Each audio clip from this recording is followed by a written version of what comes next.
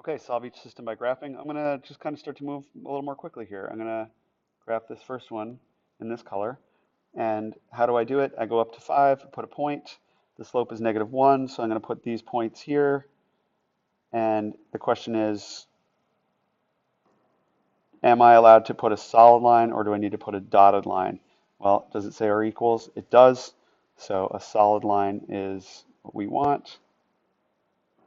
And then do I want values above or below? Well, it says y is greater, so we want values above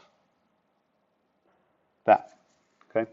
And then for this other one, which I will do in purple, we go down to -4. We put a point there. We rise 3, run 1 right there, rise 3, run 1.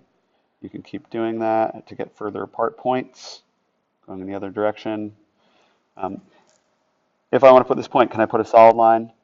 Yes, because it says or equals, so I should put a solid line. Not can I, but do I need to? Okay, solid line. And then is y greater than or less than?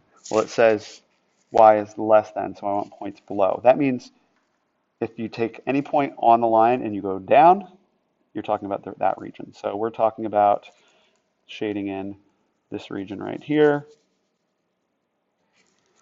And where is the overlap? The overlap for this is in this section here. So anything on that line, or in this region, again, it extends forever. We're only able to represent a single piece of it because we are limited as humans to not be able to show it in an infinite plane.